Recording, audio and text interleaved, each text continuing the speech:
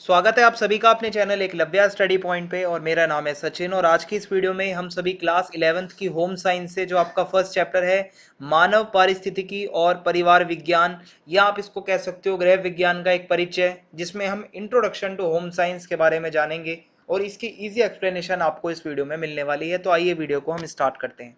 उससे पहले आपको बता दूं कि अगर आपकी कोई भी समस्या हो तो आप मुझे इंस्टाग्राम पे मैसेज कर सकते हैं। मेरा यूजर नेम आप सभी के सामने लिखा हुआ है। आपको कोई भी समस्या हो तो आप आके मुझसे पूछ सकते हैं। इसके अलावा हमारी वेबसाइट है www.eklavyastudypoint.com। यहाँ पे आके आपको जितने भी चैप्टर्स के नोट्स पढ़ने हैं वो आपको यहाँ पे मिल जाएंगे, तो आप हमारी वेबसाइट को भी जरूर विजिट करें। अब हम आगे बढ़ते हैं अपने आज के पहले टॉपिक की तरफ। तो मानव पारिस्थितिकी और परिवार विज्ञान हमारा ये हेडिंग जो है, मतलब ये हमारी हेडिंग है। इसके टॉपिक के अंदर देखते हैं अब क्या है। यह मानव विज्ञान की पारस्परिक अंतः क्रियाओं का विज्ञान है, अर्थात एक व्यक्ति का स्वयं उसके वातावरण के साथ संबंध का विज्ञान। यानी कि जो मनुष्य है उसका अपने वातावरण के साथ जो संबंध है उसी का जो विज्ञान होता है उसको हम मानव पारिस्थितिकी विज्ञान कहते हैं। और मनुष्य के जन्म के बाद उसका पहला और सीधा जो डायरेक्ट संबंध होता है उसका अपने परिवार से होता है, तो हम इसको परिवार विज्ञान की तरह से भी समझ सकते हैं।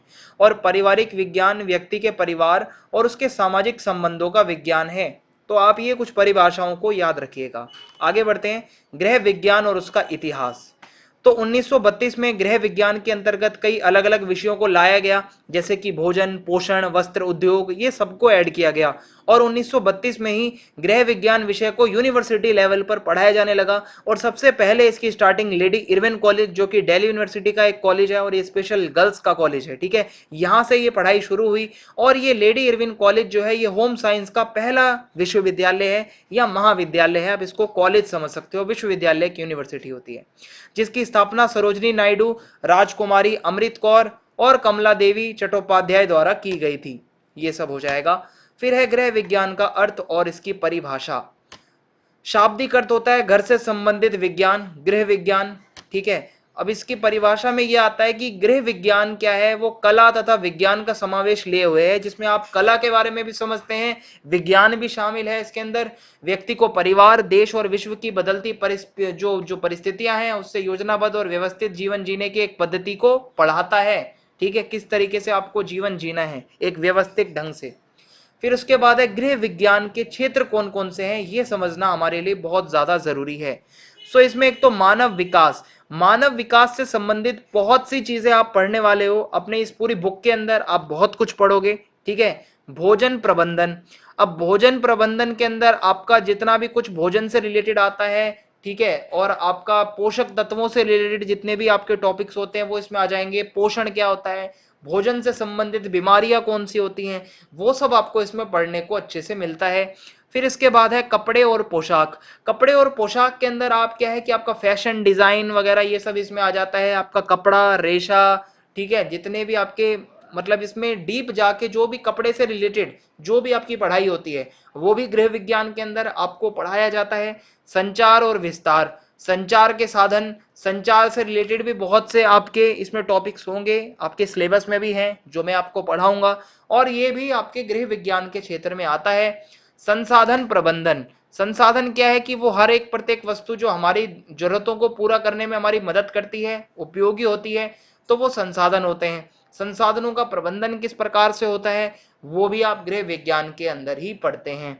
तो ये सारा हमारा क्या है, गृह विज्ञान के क्षेत्र हो जाते हैं जो कि आपको याद रखने हैं। फिर अब उसके बाद है, अगर आप यहाँ देखें, लड़का और लड़की दोनों के लिए गृह विज्ञान।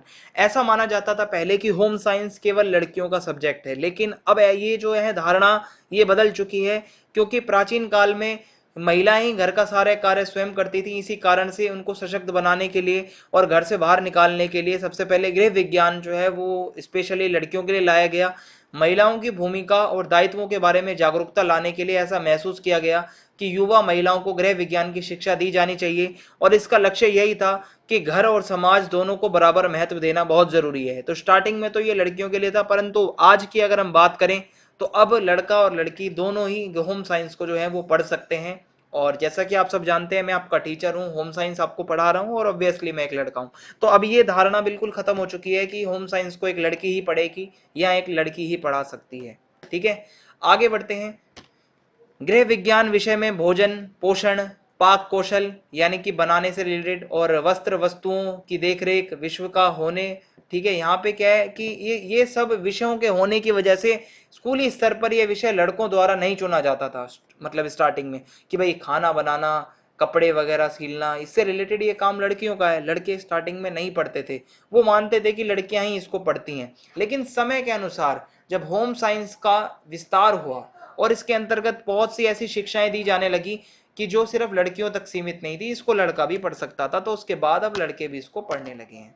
कार्य क्षेत्र क्या है इसका, आप होम साइंस के इसमें स्कोप क्या है आपका, कि आहार और पोषण के क्षेत्र में आप पोषण विशेषज्ञ बन सकते हो, डाइटिशियन वगैरह बन सकते हो, आहार विशेषज्ञ बन सकते हो, फूड ब्लॉग के लेखक बन सकते हो आप, कि खाने से रिलेटेड जो आपके वेबसाइट पे ब्लॉग्स लिखे जाते हैं वो आप लिख सकते हो, शेफ बन सकते हो।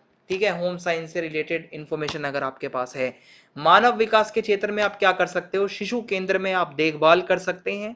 ठीक है, और परामर्शदाता के रूप में काम कर सकते हैं, और नर्सरी स्कूल में आप शिक्षक बन सकते हैं। फिर है कपड़ा और पोशाक के क्षेत्र में, तो कपड़ा और पोशाक के क्षेत्र में आप वस्त्र निर्माण उद्योग से रिलेटेड ये सब में काम कर सकते हैं। फैशन डिजाइनर के रूप में आप काम कर सकते हैं अगर आपको होम साइंस की अच्छी खासी नॉलेज है।